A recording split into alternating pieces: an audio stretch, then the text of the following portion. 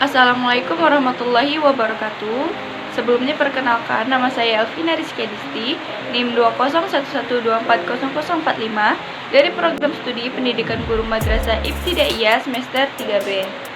Baiklah, hari ini saya akan membahas tentang P3K dari mata kuliah Kesehatan dan Gizi Anak yang dibimbing oleh Ibu Dr. Nova Aspio MPD.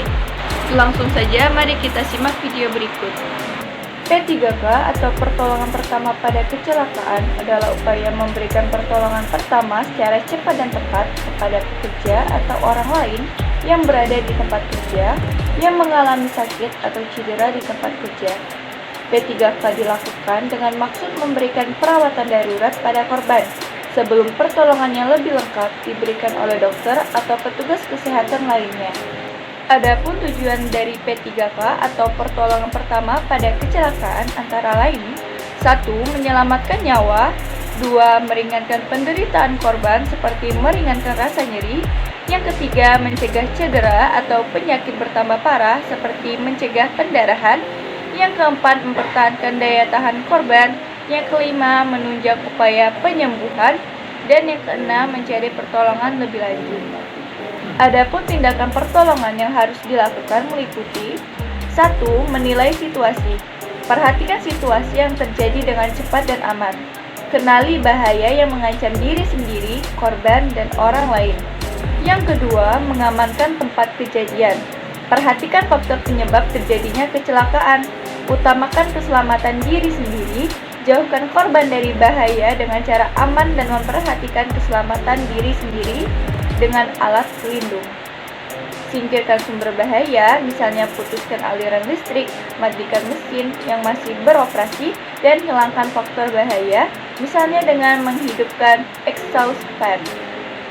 Yang ketiga, memberikan pertolongan. Yang pertama dilakukan adalah menilai kondisi korban.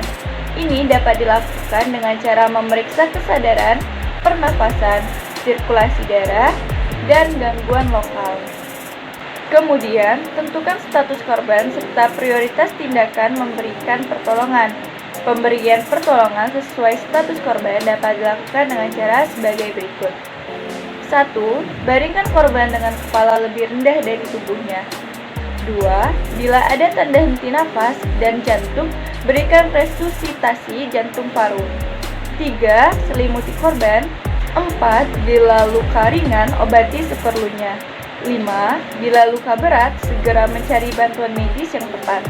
Mencari bantuan, jika memungkinkan, mencari bantuan orang lain untuk mengamankan tempat kejadian kecelakaan, menelpon rumah sakit atau tenaga medis, mengambil alat-alat P3K, membantu mengatasi pendarahan, atau membantu memindahkan korban. Adapun isi dari kotak P3K sebagai berikut. Yang pertama, perban, lalu kain kasa gulung dan steril, peniti, sarung tangan lateks, pincet, gunting, larutan povidone iodine untuk disinfektan luka, tisu pembersih bebas alkohol, cairan untuk membersihkan benda asing pada luka seperti larutan garam atau air steril, krim atau salep antiseptik, salep luka bakar, plester luka, obat pereda gatal akibat gigitan serangga atau alergi, obat anti nyeri seperti paracetamol, obat flu dan batuk, obat tetes mata, obat darurat jika anggota keluarga ada yang menderita penyakit tertentu, misalnya inhaler untuk penderita asma, dan termometer. Baiklah, itu tadi materi tentang P3K agar kita lebih tahu seberapa penting sih P3K.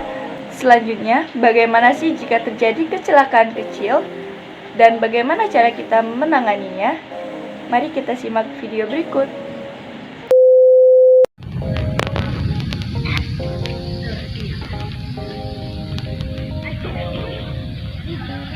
Kayaknya udah mau hujan deh. Ayu sama Lia harus pulang ini. Ayu, Lia, ayo pulang. Ayo Ina.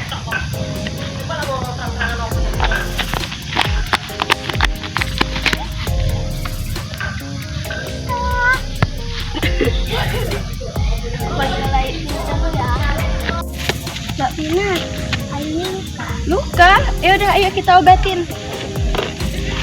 Ya. Astagfirullahaladzim. Tangannya kenapa? Ya. Sehat ya, terus ya.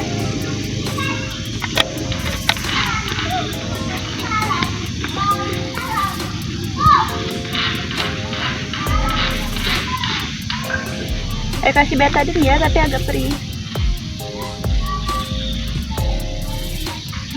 Kenapa ini luka? Pasti tadi lari-lari ya. Ada ya.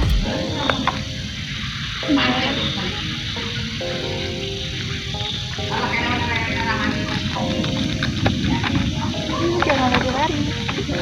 Buka diri.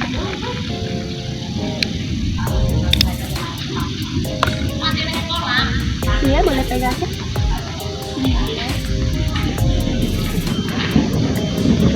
Hari udah mau hujan.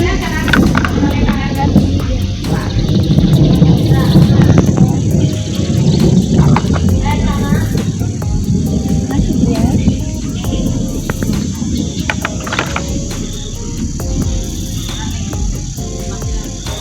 Sudah.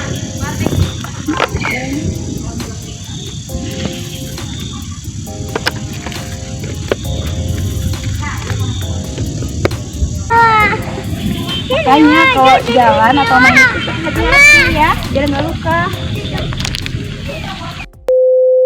Baiklah, mungkin itu saja materi yang dapat saya sampaikan tentang P3K. Jika boleh saya simpulkan, P3K itu sangat penting untuk kehidupan kita. Bukan hanya tentang bagaimana cara menangani kecelakaan kecil yang terjadi di kehidupan sehari-hari, namun juga memberi pemahaman bagaimana cara bertindak dengan cepat dan tepat ketika terjadi kecelakaan besar. Mungkin itu saja materi yang dapat saya sampaikan tentang P3K. Terima kasih karena sudah menyimak video dari awal sampai akhir. Apabila ada kekurangan, saya mohon maaf. Saya akhiri. Wassalamualaikum warahmatullahi wabarakatuh.